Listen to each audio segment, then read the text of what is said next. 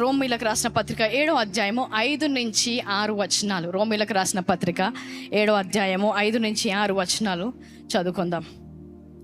ఏలయనగా మనము శరీర సంబంధులమై ఉండినప్పుడు మరణార్థమైన ఫలమును ఫలించుటకై ధర్మశాస్త్రం వలన పాపేచ్ఛలు మన అవయవములో కార్యసాధకములై ఉండెను. ఇప్పుడైతే దేని చేత నిర్బంధింపబడితిమో దాని విషయమై చనిపోయిన వారమై ధర్మశాస్త్రము నుండి విడుదల పొందితిమి గనుక మనము అక్షరానుసారమైన ప్రాచీన స్థితి గలవారము కాక ఆత్మానుసారమైన నవీన స్థితి గలవారమై సేవ చేయుచున్నాము. హల్లెలూయా. పక్కవారితో చెప్పండి, ఈ వచనం నా గురించే అని చెప్పండి. If I can have the verse in NLT. ఆయన ఏమంటున్నట్టే, ఈరోజు మనం ఒక నవీన స్వభావము కలవారమై ఉన్నామంట. మునుపు ఎలాగున్నాము? I would like to read this from English. When we were controlled by our old nature, sinful desires were at work within us, and the law aroused these evil desires that produced a harvest of sinful deeds resulting in death. ఇంకో మాటలో చెప్పాలంటే, ఎప్పుడైతే శారీరకంగా మనము నడుస్తామో అప్పుడు మనకు పాపపు ఇచ్చలు మన జీవితంలో కలుగుతాయి. అంత మాత్రమే కాదు, కానీ ధర్మశాస్త్రము ఇలాంటి పాప ఉద్దేశాలను కలుగజేస్తుంది అంట. ఎలా కలుగజేస్తుంది? ఫర్ ఎగ్జాంపుల్, చిన్నపిల్లల్ని మనం చూసామనుకోండి, అది ముట్టొద్దు ముట్టుకోవాలని ఉండొద్దు, కానీ మనం ముట్టొద్దు అన్నందుకు కూడా వారు ముట్టడానికి చూస్తారంట. అలాగా ధర్మశాస్త్రము శారీరకంగా ఉన్న వారి లోపల తిరిగి ఆ పాప ఇచ్చలను కలుగజేసి పాపమును కార్యసాధకమయ్యేలాగా చూస్తుందంట. కానీ ఈరోజు let's continue to read that in English. But now somebody say, now we have been released from the law, for we died to it and are no longer captive to its power. అంటే ధర్మశాస్త్రము నుంచి విడుదల పొందడం మాత్రమే కాదు, కానీ దాని యొక్క శక్తి నుంచి కూడా విడిపించబడ్డామంట. ధర్మశాస్త్రంకున్న శక్తి ఏంటంట? పాపమును కార్యసాధకము చేయగలదు, కానీ పాపము కార్యసాధకము అవ్వకుండా ఆ శక్తి నుంచి మనం విడిపించబడ్డామంట. ఇప్పుడైతే now we can serve God not in the old way of obeying the letter of the law, but in the new way of living in the spirit. కొన్ని నిమిషాలు చాలా భారంగా ఉండొచ్చు కొంతమందికి ఈ వచనము, కానీ ఇది మనకు అర్థం కావాలి. ఆయన ఏమంటే, పాత స్వభావం ఒకటి ఉండేది. పాత స్వభావంలో మనము అక్షరానుసారంగా, అంటే ఏదైతే రాయబడ్డ ధర్మశాస్త్రం ఉందో, రాయబడ్డ ఆజ్ఞలు ఉన్నాయో దాని ప్రకారము జీవించే వాళ్ళము. కానీ ఈరోజు మనము నూతన సృష్టిగా మారిన తర్వాత ఈరోజు we have a new way of living. తెలుగులో ఏమంటారంటే, నూతన ఆత్మానుసారమైన నవీన స్థితి గలవారమై ఉన్నామంట. ఆత్మానుసారమైన నవీన స్థితి ఏంటి? కొన్ని నిమిషాలు మనం ధ్యానం చేసి బలలో పాల్గొందాం. అందరం కూడా సరిగా వాక్యాన్ని అర్థం చేసుకోవాలి. చూడండి, ఐగుప్తీయులు ఇజ్రాయేలు మనం చూసినట్లయితే, ఇజ్రాయేలు ఐగుప్తులో ఉన్నప్పుడు చాలా ఎక్కువగా వారి సంతానం విస్తరించబడింది. యాకోబు తన సంతానము మాత్రము అక్కడికి వచ్చినప్పుడు వారు కొద్ది మందిగా ఉండేవారు. ఐ థింక్ ఎక్సోడస్ చాప్టర్ 1, నిర్గమకాండం 1వ అధ్యాయం 9 నుంచి 11 వచనాలు మీరు చదివినట్లయితే, ఈ ఇజ్రాయేలు ఎంతగా విస్తరిస్తున్నారంటే ఐగుప్తుల కంటే కూడా బలవంతులుగా మారిపోయారంట. అప్పుడు ఐగుప్తుల రాజు అయిన ఫరో ఏమంటాడంటే, ఈ ఐగుప్తులను మనకి ఎప్పుడైనా యుద్ధం వస్తే ఇజ్రాయెల్ ఎంత బలంగా మారారంటే మనం వారి చేత ఓడిపోతాము. కాబట్టి వారికి ఒక ఆలోచన వచ్చింది, ఇప్పుడు ఈ బలమైన వారిని బలముతో లేకపోతే బలవంతులుగా ఉండకుండా చేయాలంటే ఒక మార్గం ఉంది. ఏంటంట? వారిని బానిసలుగా చేయాలి. వారిని బానిసలుగా చేసినప్పుడు ఆ బలమైన వారు ఈ బలహీనమైన వారి క్రింద ఉండేలాగా చేశారంట. ఈరోజు సాతాను కూడా అదే మన జీవితంలో చేస్తుంది. ఈరోజు నువ్వు సాతాను కంటే బలవంతుడు. నమ్మిన వారు ఆమేన్ చెప్పండి. ఎందుకంటే క్రీస్తులో నీకు సమస్త విజయాన్ని ఇచ్చాడు, సమస్తానికి పైగా ఉంచాడు. నువ్వు బలమైన వ్యక్తివని తెలుసు. ఈ బలమైన వ్యక్తి బలముతో నడిచినట్లయితే సాతాను పని ఏమవుతుందో దానికి తెలుసు. కాబట్టి ఈ బలములో వాడు ఉండొద్దంటే ఏం చేయాలంట? బానిసలుగా చేస్తున్నాడంట. బానిసలుగా ఏదైనా ఒక అలవాటుకో లేకపోతే ఏదైనా అడిక్షన్స్కో దేనికో ఒక దానికి బానిసలుగా చేసినప్పుడు నువ్వు బలవంతుడు అయినప్పటికీ కూడా దాన్ని జయించలేకుండా ఉంటున్నావు. హల్లెలూయా. సో ఐగుప్తుల విషయంలో కూడా ఇజ్రాయెల్ బలవంతులు అయినప్పటికీ కూడా వారు బానిసలు కాబట్టి వారిని జయించలేకపోయారు. కానీ యేసుక్రీస్తు ఈరోజు మనల్ని విడిపించాలనుకుంటున్నాడు. ఆయన కృప ద్వారా ప్రతి ఒక్కరిని విడిపించాలనుకున్నాడు. అయితే విడిపించేది కేవలము నీ పాపము నుంచి నువ్వు విడుదల పొందడానికి మాత్రమే కాదు. నిన్ను పాపము నుంచి విడిపించే వెనకాల ఆయనకి ఒక ప్రణాళిక ఉందంట. మత్తయి సువార్త 21:3 చూద్దాం. చూడండి, మత్తయి సువార్త 21:3. ఎవడైనా నువ్వు మీతో ఏమైనా అనిన ఎడల అవి ప్రభువునకు కావలసి ఉన్నవని చెప్పవలెను. అక్కడ బంధించబడిన గాడిదలు ఉన్నాయంట. ఆ గాడిదలను విడిపించండి అంటున్నాడంట.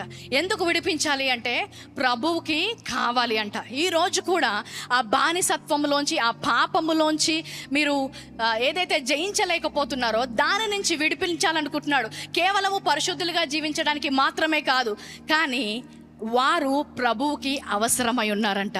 నీవు ప్రభువుకి కావలసిన వాడు. నీ ద్వారా ఆయన గొప్ప కార్యాలు చేయాలనుకుంటున్నాడు. నీ ద్వారా ఎన్నో గొప్ప క్రియలు చేయాలనుకుంటున్నాడు. అందుకే నిన్ను విడిపించాలనుకుంటున్నాడు. చూడండి, అప్పటి వరకు ఒక గాడిదను చూసినప్పుడు ఆ గాడిద వచ్చి ఉంటే చిప గాడిద అనేవారు. కానీ యేసుక్రీస్తు ఆ గాడిద మీద ఎక్కిన తర్వాత, హల్లెలూయా, నెక్స్ట్ డే ఆ గాడిద స్ట్రీట్లోకి వెళ్ళి, వీధిలోకి వెళ్ళినప్పుడు ఏమైతుంది, ఈ గాడిద ఎక్కిన గాడిద ఏమైపోయింది? గాడిద ఏమైంది? సూపర్ స్టార్ అయిపోయిందంట. సెల్ఫీలు దిగుతున్నారంట గాడిదతో, ఎందుకంటే ఈ గాడిద మీద యేసుక్రీస్తు. సో నీ జీవితం కూడా బంధించబడి ఉంటే ఆయన కృప ద్వారా విడుదల చేయడం మాత్రమే కాదు, కానీ ప్రభువు నిన్ను వాడుకోబోతున్నాడు. ఎంతగా అంటే ఇంతవరకు ఎవరు గుర్తించలేని స్థితిలో ఉన్నా కూడా ఈ రోజు నుంచి ఆయన నామను మోసే గాడిదలాగా, ఆయన నామము, ఆయన రాజ్యము కోసము పట్టబడిన గాడిద విప్పబడినట్టు నిన్ను వాడుకుంటుండగా అనేకుల మధ్య సాక్షిగా నిల్చోబోతున్నావు. హల్లెలూయా. సో నువ్వు విడుదల పొందడం వెనకాల చాలా గొప్ప మర్మం ఉంది. ప్రతి క్రైస్తవుడు కూడా బానిసత్వములోంచి, సాతాను యొక్క బంధకములోంచి విడుదల నొందాలి. ఎందుకంటే ప్రభువుకు నువ్వు కావాలి. అందరూ చెప్పండి, ప్రభువుకి నేను కావాలి అని చెప్పండి. హల్లెలూయా. కానీ ఇది అర్థం చేసుకున్నప్పుడు క్రైస్తవులుగా మారినప్పటికీ నూతన సృష్టిగా మారారు. చాలామంది బాప్తిజం పొందారు, యేసుక్రీస్తును సొంత రక్షకుడుగా అంగీకరించారు. నవీన స్వభావము, ఆత్మానుసారంగా జీవించడం మాత్రం నేర్చుకోలేకపోతున్నాం. శారీరకంగా నడిచినప్పుడు పాపంలో, బానిసత్వంలో ఉంటామంట. ఆత్మలో నడిచినప్పుడు మనం స్వాతంత్రంలో నడుస్తామంట. ఏంటిది? మొన్న ఒక స్త్రీ నాతో చెప్తుంది, నా కొడుకు టీవీకి బానిస అయిపోయాడక్క. ఏమైపోయాడు? టీవీకి బానిస అయిపోయాడు. పొద్దున్న నుంచి రాత్రి దాకా చూస్తూనే ఉంటాడు. అసలు ఆ రూమ్లోంచి కూడా బయటికి రాడు. మీరే ఏదో ఒకటి చెప్పండి. ఎందుకమ్మా నీకు సినిమాలంటే ఎంత ఇష్టమా అన్నాను నేను. సినిమాలంటే పిచ్చి కాదక్క, బయటికి వస్తే నా యొక్క జీవితాన్ని నేను భరించలేను. ఎప్పుడైతే నేను ఆ టీవీలో మునిగిపోతానో నాకున్న హావభావాలు, ఈ దుఃఖము, నాకున్న బాధ అంతా కూడా మర్చిపోతుంది. అందుకే నేను ఒకదాని తర్వాత ఒకటి చూసి నా బాధను కప్పుకుంటున్నాను. బయటికి వస్తే నా యొక్క నిజాన్ని నేను ఎదుర్కోలేను అంటున్నాడు. సో చాలామంది బానిసత్వంలో ఉండడానికి కారణం ఏంటంట, వారి భావాలను, వారి హావభావాలు, వారి ఎమోషన్స్, వాళ్ళ ఫీలింగ్స్ని హైడ్ చేయడానికి ఇలాంటి అడిక్షన్స్లో ఉంటారంట. కొంతమందిని అడిగినప్పుడు, ఎందుకన్నా అంత తాగుతున్నావు, ఎందుకయ్యా అంత తాగుతున్నావు అంటే, నా బాధ మీకు తెలీదు అంటాడు. అంతేనా? ఏంటంట? బాధ ఉందంట, ఆ బాధ మర్చుకోవడానికి తాగుతున్నాను. అడిక్షన్స్ ఎక్కడి నుంచి వస్తున్నాయి? ఎమోషన్స్ ద్వారా అడిక్షన్స్ వస్తున్నాయి. కొంతమంది అన్నీ ఇసురు కొట్టేస్తారు ఇంట్లో, ఎందుకంటే కోపం కంట్రోల్ చేసుకోలేకపో, కోపం ద్వారా అన్నీ పగలు కొడుతున్నాయి, అడిక్షన్స్లోకి వెళ్ళారు. కానీ గుర్తించాల్సింది ఏంటో తెలుసా? Emotions are secondary, feelings are secondary. They are a result of primarily from a thought in your mind. వారికి ఒక ఆలోచన ఉంటుంది, ఆ ఆలోచన ద్వారా హావభావాలు వస్తుంటాయి.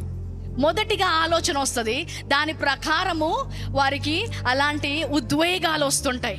సో చాలా మందిని మనం చూసినప్పుడు హౌ ఆర్ యూ ఫీలింగ్ అని అడగకూడదు, వాట్ ఆర్ యూ థింకింగ్ అని అడగాలి.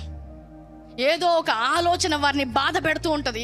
ఆ ఆలోచనని వారు భావోద్వేగాలతో రెస్పాండ్ అయ్యి దాని ప్రకారము అడిక్షన్స్కి లోపలికి వెళ్ళిపోతుంటారు.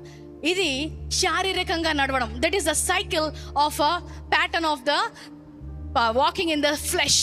శారీరకంగా నడిచినప్పుడు ఏంటంటే మొదటిగా తలంపు వస్తుంది. ఆ తలంపు ద్వారా మీకు దాని యొక్క ఎమోషన్స్ వస్తాయి. ఆ ఎమోషన్స్ ద్వారా అడిక్షన్ లేకపోతే అలాంటి అలవాటు లేకపోతే బిహేవియర్ వస్తుంది. ఆ అలవాటు ఆ బిహేవియర్ అది చేసిన తర్వాత వారు అపరాధ భావంలో ఉంటారు. ఎందుకు చాలామంది తాగిన తర్వాత బాధపడతారు, పగలగొట్టినాక బాధపడతారు, వాళ్ళ ఇంటి వారిని కొట్టిన తర్వాత బాధపడతారు. కానీ ఆ అపరాధ భావములతో మళ్ళీ తిరిగి అక్కడికే వెళ్ళిపోతారు. మళ్ళీ ఆలోచన, మళ్ళీ భావోద్వేగాలు, మళ్ళీ అడిక్షన్స్, బానిసత్వము, మళ్ళీ అపరాధ భావం. ఇదే సైకిల్ వాళ్ళ జీవితంలో నడుస్తూనే ఉంటుంది. కానీ ఆత్మానుసారంగా నడవడానికి దేవుడు ఇంకొక సైకిల్ మనకిచ్చాడు. ఇది నూతన స్వభావంలో ఉన్న మనకు ఇవ్వబడింది. సో ఈ బానిసత్వంలో ఉన్నవారు వారు ఏదైతే ఎమోషన్స్ భావోద్వేగాల నుంచి వెళ్తున్నారో, ఏదైతే ఆలోచన నుంచి వెళ్తున్నారో, వారితో ఏదో మాట్లాడుతుంది, ఎవరో మాట్లాడుతున్నారు, లేదంటే ఏదన్నా పరిస్థితి మాట్లాడుతుంటుంది. అది ఒక మనిషి ద్వారా, ఒక పరిస్థితి ద్వారా సాతాను మాట్లాడుతుందన్న విషయం మనం మర్చిపోకూడదు. ఎస్పెషలీ ముఖ్యంగా నూతన సృష్టిగా మారిన వారి జీవితంలోకి మాట్లాడడానికి చూస్తూ ఉంటుంది. ఎందుకంటే వీరు విడుదల నొందితే దేవుడు వీరిని వాడుకుంటారు, గొప్పగా వాడుకుంటాడు. కాబట్టి ఏదో స్వరము ద్వారా మాట్లాడుతూనే ఉంటుంది. అందుకనే యేసుక్రీస్తుని కూడా ఆ అరణ్యంలో టెంప్ట్ చేయడానికి వచ్చినప్పుడు, నువ్వు నిజంగా దేవుని కుమారుడు అయితే ఒక ఆలోచన కలగజేస్తుంది. అప్పుడు ఏంటంటే ఆ ఆలోచనకి ఏం రావాలి? ఎమోషన్ రావాలి, కోపం రావాలి. ఏంటి? దేవుడు కోపంతో రెస్పాండ్ అవ్వలేదు. సో మాట్లాడినప్పుడు కూడా కొంతమందికి తెలుసుంటుంది. ఈ ఉదాహరణ, ఇంట్లో చాలామంది పిల్లలు ఉన్నారనుకోండి, చిన్న పిల్లల్ని పెద్ద పిల్లలు ఏడిపించడానికి ఏమంటాడు?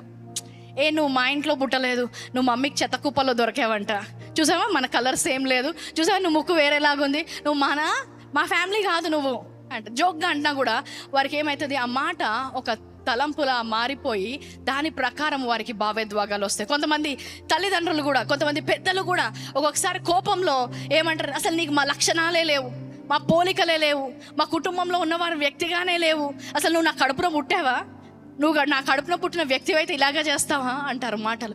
అప్పుడు అది కేవలం మాటగా రావచ్చు, కానీ వారికి ఒక తలంపులాగా మారిపోయి అది ఒక భావోద్వేగంగా బయటికి వచ్చి వారు ఏదో ఒక దానికి బానిస అవుతారు. నా కుటుంబంలో నన్ను గుర్తించట్లేదు, నా కుటుంబంలో నాకు ప్రేమ దొరకట్లేదు, నా వారే నన్ను తిరస్కరిస్తున్నారు, కాబట్టి ఇప్పుడు ప్రేమ కోసము లేకపోతే ఎక్కడైనా అంగీకరించబడడానికి కోసము వేరే స్థలాల్లోకి వెళ్తుంటారు, కుటుంబానికి ద్వేషంగా వెళ్ళిపోతుంటారు. అది శారీరకంగా జీవించడం. అయితే ఎప్పుడైతే నువ్వు ఆత్మానుసారంగా ఈ నవీన స్వభావము కలిగి నడుస్తావో, you are not going to respond the thoughts with emotions, but you're going to respond the thoughts with words. To be specific, you have to respond the thoughts with the truth of the word of God. ఎప్పుడైతే ఒక ఆలోచన నీతో మాట్లాడుతుందో అప్పుడు వెంటనే సత్యములోకి నువ్వు వెళ్ళాలంట. హల్లెలూయా. 2 కొరింథీయులు 10వ అధ్యాయము 5వ వచనం నుంచి 6వ వచనం మనం చూసినట్లయితే, మేము విత్కరములను దేవుని గూర్చిన జ్ఞానమును అడ్డగించు ప్రతి ఆటంకమును పడద్రోసి ప్రతి ఆలోచనను క్రీస్తుకు లోబడినట్లు చెరపెట్టి మీరు సంపూర్ణ విధేయతను కనపరచు నిమిత్తము సమస్తమును అవిధేయతకు ప్రతిదండన చేయ సిద్ధపడి ఉన్నాము. సో ఒక ఆలోచన వచ్చి మీ తలంపులను మా భావోద్వేగాలకు లోపరిచి నిన్ను బానిసగా చేసే సమయంలో నువ్వు ఏం చేయాలంట? నిజాన్ని మాట్లాడాలి. ఉదాహరణకు, నువ్వు అనారోగ్యంతో ఉన్నావు, నీవు ఇలాగే మరణ పడక మీద మరణిస్తావు అన్నప్పుడు, అలాంటి ఆలోచన వచ్చినప్పుడు చాలామంది ఏం చేస్తారు తెలుసా? ఇలాంటి అనారోగ్యంగా జీవించడం ఎందుకు, నేను సూసైడ్ చేసుకొని చచ్చిపోతా అని కొంతమంది ఆ అనారోగ్యాన్ని భరించలేక ఆ భావోద్వేగంతో ఆ సూసైడ్ అటెంప్ట్స్ చేస్తుంటారు. కానీ అలాంటి సమయంలో నిజము ఏంటి, సత్యం ఏంటి, ఆత్మ ద్వారా నడిపించబడాలి. ఈరోజు మనము నడిపించబడేది not by the letter of the law, రాయబడిన అక్షరము చేత కాదు, కానీ ఆత్మ మనల్ని నిజములోకి నడిపిస్తుంది. ఏంటి ఆ సత్యము? యెషయా 53:5 ప్రకారము ఆయన పొందిన గాయాల చేత నేను స్వస్థత నొంది ఉన్నాను, నేను ఖచ్చితంగా స్వస్థతలో నడుస్తాను, నేను చనిపోను బ్రతుకుతాను, ఆయన క్రియలను వివరిస్తాను అనే సత్యాన్ని నువ్వు ఆ బలమైన దుర్గాలను, ఆ ఆలోచనలను సత్యముతో పడివేయాలంట. హల్లెలూయా. ఎవరైనా ఎప్పుడైనా వచ్చి నువ్వు పనికి రానివాడు, నువ్వు పనికి రాని దానివి, నీ జీవితంలో ఏమీ జరగలేదు అన్నప్పుడు, 1 పేతురు 2వ అధ్యాయము 9వ వచనం ప్రకారం, నేను కొన్నబడ్డాను, ఆయన రక్తముతో కొన్నబడ్డాను. నేను పనికి రాని దానను కాదు, కానీ నేను రాజులైన యాజక సమూహములో చేర్చబడ్డ దానను అని ఎప్పుడైతే ఆలోచనను పడగొడతావో అది బలమైన దుర్గముగా మారదు, కానీ నువ్వు ఒక సమాధానంలో నడుస్తావంట. నువ్వు ఓడిపోతావు అన్ని విషయంలో. బిజినెస్ స్టార్ట్ చేయకు, నువ్వు చేయి పెడితే నాశనం. నువ్వు ఐరన్ లెగ్, నువ్వు మటాష్ అంటారు కొంతమందిని. నువ్వు ముట్టుకుంటే చాలు రాదు, మా ఓడిపోయామే, ఇంకా నువ్వు వచ్చావుగా. అందుకే ఇలాంటి మాటలు మాట్లాడినప్పుడల్లా కూడా వారికి ఒక ఆలోచన ఫామ్ అయిపోయి భావోద్వేగాలతో వారు బానిసలోకి వెళ్ళిపోతుంటారు. కానీ అలాంటి సమయంలో రోమిలకు రాసిన 8వ అధ్యాయం 37వ ప్రకారం నేను అన్నిట్లో విజయాన్ని చూస్తాను, ఇది నువ్వు చెప్పడం కాదు, దేవుడు నా గురించి ఎప్పుడో చెప్పాడు అని చెప్పాలి. హల్లెలూయా. అందరూ నిన్ను మర్చిపోయారు, నేను ఎవరు జ్ఞాపకం చేయడం, మీ ఇంట్లోనే నీ పేరు మర్చిపోయారు కదరా అంటారు కొన్నిసార్లు. అప్పుడు నువ్వు గుర్తు చేసుకోవాల్సింది ఏంటంటే యెషయా 49:1 ప్రకారం నా దేవుడు నన్ను గుర్తు పెట్టుకున్నాడు, పేరు పెట్టి నేను పిలుస్తున్నాడు. ఈరోజు ఎంతమంది పేర్లు దేవుడికి తెలుసో లేదో, కానీ నా పేరు మాత్రం నా దేవుడికి తెలుసు. ఆయన నన్ను పేరు పెట్టి పిలుస్తున్నాడని ధైర్యంగా ఆలోచనను పడగొట్టాలంట. హల్లెలూయా. బలహీనంగా ఉన్న సమయంలో ప్రభా నా వల్ల అవ్వట్లేదు నాయనా, నా వల్ల అవ్వట్లేదు, నేను బలహీనంగా ఉన్నాను అనడం మాత్రం కాదు, కానీ సత్యంని తీసుకొని రావాలంట. 2 కొరింథీయులు 12వ అధ్యాయం 10వ వచనం, నేను బలవంతుడుగా ఎప్పుడైతే బలహీనుడిగా ఉన్నానో అప్పుడే క్రీస్తులో నేను బలవంతుడనని ప్రకటించాను. హల్లెలూయా. ఈరోజు నేను మాట్లాడుతుంటే కూడా కొన్ని బలమైన దుర్గాలను పడగొడుతున్నాను. తిరస్కరించవచ్చు, నీ వారే నిన్ను తిరస్కరించవచ్చు. నేను ఎక్కడికి వెళ్ళి యు గోయింగ్ త్రూ రిజెక్షన్, నన్ను ఎవరు కూడా అంగీకరించట్లేదు అన్న ఆలోచన వచ్చినప్పుడు ఎఫెసీయులకు రాసిన పత్రిక 1వ అధ్యాయము 6వ వచనం ప్రకారము నేను దేవుని చేత అంగీకరించబడ్డాను, నేను ఆయన ప్రియుణ్ణి. హల్లెలూయా. ఆయన నన్ను ఎంతగానో ప్రేమిస్తున్నాడు అన్న సత్యము ద్వారా ఆ ఆలోచనని ఎదుర్కొనాలి. నువ్వు సాధారణమైన వ్యక్తివి కావు. అందరికీ అవుతుంది కదా, అలాగే మనకు అవుతుంది. అందరిలాగే మనం కూడా ఉన్నాము, అందరిలాగే ఉద్యోగాలు. అలాంటి ఆలోచన వచ్చినప్పుడల్లా కూడా కీర్తనలు 139:14 వచనం, నేను అందరిలాంటి వాడను కాదు, నేను ఆశ్చర్య రీతిగా అద్భుత రీతిగా ఆయన చేతుల ద్వారా నా తల్లి గర్భంలో నిర్మించబడి ఉన్నాను, నేను ప్రత్యేకమైన వ్యక్తిని అన్నో పలకాలి. అందరికీ జరిగినట్టు నాకు జరగడానికి వీలు లేదు. హల్లెలూయా. నిరీక్షణకు ఆధారం లేనప్పుడు మై సిచ్యువేషన్ ఇస్ హోప్లెస్, నాకు ఏమి చేయాలో అర్థం కావట్లేదు, నాకు ముందు ఏమీ కనిపించట్లేదు అన్నప్పుడు 1 పేతురు 1వ అధ్యాయం 3వ వచనం ప్రకారం జీవము గల నిరీక్షణ నాకు క్రీస్తులో ఉంది. Hallelujah. Your story is not ending here, it is the beginning of a new chapter. ఇలాంటి అంతము నాకు దేవుడు రాయలేదు, నాకు జీవము గల నిరీక్షణ ఉంది. ఒకవేళ ఈ పరిస్థితి నీకు నచ్చకపోతే ఇది నా అంతము కాదు. హల్లెలూయా. నా అంతము నాకు నచ్చకుండా జరగదు, నా అంతము నాకు సాక్షిగానే ఉంటుంది. హల్లెలూయా. The last chapter of your life book will be a greater testimony for God. That is your story. When people read your history, they are going to talk about it. They are going to talk about this glorious chapter. Hallelujah. తప్పులు చేసి ఉండొచ్చు, చాలా మంది తప్పులు చేసామన్నట్లు చేయట్లేదు అనట్లేదు. మీరు పరిశుద్ధుల తప్పులు చేశాము, మీరు తప్పులు చేశారు, కానీ నువ్వు తప్పువి కాదు. You might have made mistakes, but you are not a mistake. అందరము చేస్తాం. అబ్రహాము చేయలేదా తప్పు? దావీదు చేయలేదా తప్పు? మోషే చేయలేదా తప్పు? తప్పు చేయలేని వారు ఎవరైనా ఉంటే ముందుగా రాయి విసరండి అన్నప్పుడు ఎవ్వరూ విసరలేకపోయారు. తప్పు చేసిన వారు ఉంటారు, కానీ నువ్వు తప్పువు కాదు. ఎందుకంటే ఎఫెసీయులకు రాసిన పత్రిక 2వ అధ్యాయం 10వ వచనం ప్రకారం ఆయన చేతి పనిగా క్రీస్తునందు నువ్వు సృష్టించబడ్డావు. క్రీస్తు సృష్టించినది ఎలాగ తప్పు అవుతుంది? తప్పుగా సృష్టించగలడు ఆయన? సృష్టించలేడు. ఆయన సృష్టిలో ఏది చేసినా కూడా ఇది మంచిది అన్నాడు. నిన్ను చూసినప్పుడు కూడా ఇది మంచిది, ఈయన మంచివాడు, ఈమె మంచిది, ఈమె జీవితము మంచిది, ఈమె చేసేవన్నీ కూడా మంచిగానే ఉంటాయి అని ఆయన సృష్టించాడు. బలమైన ప్రతి వ్యతిరేకమైన ఆలోచనలు సత్యముతో మనం కూల్చాలంట. హల్లెలూయా. నువ్వు సరిపోవు, నీకు తగవు, ఈ పని నీకు రాదు అన్నప్పుడు దేవుని యొక్క వాక్యము ద్వారా మాట్లాడడం నేర్చుకో. కొలసీలకు 2వ అధ్యాయం 10వ వచనం ప్రకారం నిన్ను సంపూర్ణంగా చేశాడంట, నీలో ఏ కొరత లేదు. హల్లెలూయా. అలాగే నువ్వు ఒక పాపివి, నీకు దేవునితో సంబంధము లేదు, ఆయన సన్నిధిలోకి రావాల్సిన అర్హత లేదు, బల్లలో పాల్గొల్సిన అర్హత లేదు అన్నప్పుడు 2 కొరింథీయులు 5వ అధ్యాయం 17 నుంచి 21వ వచనం వరకు పాపినైన నేను నీతిగా మారడానికి పాపము లేని ఆయన పాపిగా మారినందుకు ఈరోజు నేను పాపిని కాదు కానీ నీతి మంతుణ్ణి అని ఆ ఆలోచనను పడగొట్టాలంట. అది ఆత్మానుసారమైన నవీన స్వభావముగా నడవడం అంట. హల్లెలూయా.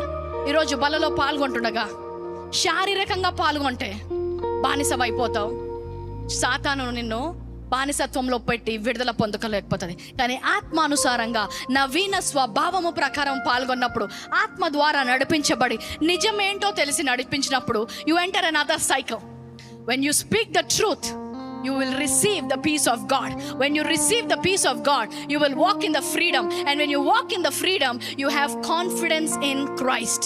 సో నిజం పలికినప్పుడల్లా కూడా ఆలోచన వచ్చినప్పుడు ఏం చేయాలి? వాక్యం ఏమంటుందో అది నిజం. పరిస్థితులు ఏం చెప్తున్నావో అది నిజం కాదు. నీ పక్కవారు ఏం చెప్తున్నారో అది నిజం కాదు. ఒక్కొక్కసారి నీ తల్లిదండ్రులు చెప్పేది కూడా నిజం కాకపోవచ్చు. కానీ క్రీస్తు వాక్యము నీ గురించి నిజము చెప్తుంది. నిజము చెప్పినప్పుడు ఏమొస్తుంది? సమాధానం వస్తుంది. ఈరోజు ఈ 2 నిమిషాలు నేను మాట్లాడినప్పుడు ఒకలాంటి సమాధానం మీకు వచ్చింది, ఒకలాంటి ధైర్యం వచ్చింది, ఒకలాంటి దేవుల్లో నువ్వు ఎలాంటి వాడివో ఒకలాంటి కాన్ఫిడెన్స్ వచ్చింది. 2 నిమిషాలకి ఇలాగొస్తే ప్రతిరోజు నీ మనసు మారి రూపాంతరం చెందితే చీకటికి ఏమవుతుందో, పాతాళ లోకానికి ఏమవుతుందో దానికి తెలుసు. కాబట్టే ఈరోజు నిన్ను బానిసలో ఉంచాలనుకుంటున్నాడు. ఆలోచనలో కట్టబడి ఈరోజు బలలో పాల్గొనలేక అనేక మంది చేయి వేయట్లేదు బలలో. ఎందుకు? బానిసత్వము, ఆలోచన యొక్క బానిసత్వంలోకి వెళ్ళారు. అబద్ధము పలుకుతుంది. నువ్వు క్రీస్తు నీతివా? ఏం చేసావో గుర్తుందా? నిన్నేం చేసావో గుర్తుందా? పొద్దున ఏం చేసావో గుర్తుందా? నీ వాట్సాప్ ఓపెన్ చేయి, అప్పుడు చెప్తారు ఎవరో నువ్వు నీతిమంతుడు. ఆలోచన వచ్చినప్పుడల్లా కూడా 2 కొరింథీయులు 5:21 మాత్రమే నేను గుర్తుపెట్టుకుంటాను. అది నా సమాధానం. అది నాకు సమాధానం ఇచ్చినప్పుడు నువ్వు స్వతంత్రంలో నడుస్తావు. బానిసత్వంలో లేనప్పుడు, విడుదల పొందినప్పుడు ప్రభువుకు నువ్వు అవసరమై ఉన్నది. ప్రభువుకి నేను అవసరమై ఉన్నది. ఎన్ని రోజులు నేను ఇంకా ఈ బానిసత్వంలో ఉంటానని ఈరోజు ఎవరైతే నిర్ణయం తీసుకొని సత్య ప్రకారము బలలో పాల్గొంటున్నారో ప్రభువు నిన్ను గొప్పగా వాడుకోబోతున్నాడు. హల్లెలూయా. నిన్ను నీతిమంతుడిగా మార్చడం మాత్రమే కాదు కానీ ఈ లోకానికి వెలుగుగా మార్చడం కూడా ఆయన యొక్క ఉద్దేశం అంట. ఆమేన్.